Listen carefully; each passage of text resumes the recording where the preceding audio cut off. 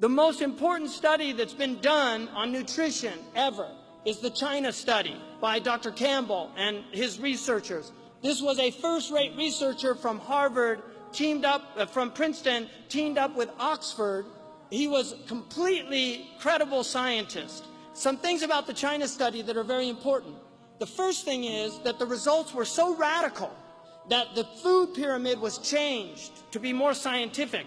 But because meat and dairy were completely minimized in the diet, the meat and dairy industry in the United States lobbied so hard that they actually changed the pyramid, which means science is no longer serving humanity, it's serving corporate interests. That's what it means. Science is serving corporate interests. That is wrong. The meat and dairy today is not the meat and dairy that Grandma and Grandpa ate. The meat that Grandma and Grandpa ate were free range, what they would call now organic. They didn't have a word for it because everything was organic 50 years ago. Organic, free range, happily raised animals on farms where they actually treated animals with some dignity. Now, and my grandfather had a cattle ranch, so I actually spent my summers on a cattle ranch, and I herded cattle, and I saw my grandfather, the first time I got on a horse, before I got on the horse, he put a pencil in my mouth and yanked it back really hard. And he said, that's what the horse feels when you're using that bit, so don't forget it. That was my first lesson, because that's the way people taught.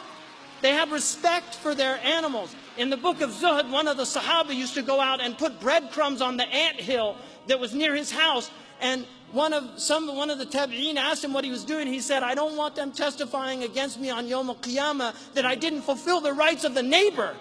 And this is an anthill. What kind of psychology did these people have? It's a different world they were living in. Sayyidina Umar, during his Khalifa, prohibited eating meat every day. This is a fact. Also, don't think vegetarianism is not from Islam. People say that when they become Muslim and they're vegetarian, they say, oh, you have to stop eating meat. I mean, you have to start eating meat. Your iman's not complete until you eat meat. That's what they say. And then they give them the biryani and welcome to Islam. Sayyidina Umar said, إِيَّاكُمْ وَاللَّحْمِ فَإِنَّ لَهُ ضَرَاوَةَ كَضَرَاوَةِ الْخَمْرِ. It's in the Muwatta. Beware of meat, because it has an addiction like the addiction of wine. Beware of meat. إِيَّاكُمْ وَاللَّحْمِ. Because it has an addiction like the addiction of wine. For example, biologically, you only need to eat meat once a week. Your body does not need meat more than once a week. But we eat meat every single day of the week, and sometimes more than once a day. And we're offended if there's no meat at the table. So what happens? We were not designed to consume so much meat. And as the result of this overconsumption, we get all kinds of illnesses. Gout, for example. You get gout when you overdo, when you eat too much meat, or too much seafood, or you consume drinks that have been sweetened with fructose. All these are things that could lead to people having gout. So we were not designed to consume that much. We have Muslims now eating meat 3 times a day, and then they're wondering why they have gout, why they have all these diseases. Seriously, start cutting that out. The other thing, I read a book last year called The Caveman's Diet. And in that book, he was arguing, he's not a Muslim. He said everybody should fast at least a month out of the year where they diminish their, this is what he said in his book. He's from LA. Everybody should fast a month out of the year and fast a couple of days in the month.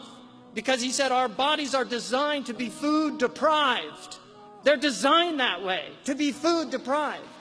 Imam Sahar al-Tusturi, one of the conditions when he took on students, one of the conditions he stipulated was they only ate meat once a week. In Maliki fiqh, a rich woman is entitled to meat twice a week. Muslims were semi-vegetarians. The Prophet ﷺ was a semi-vegetarian. He did not eat a lot of meat. This is a fact. You can read it in the seerah. 2 months they would see no smoke came out of his chimney.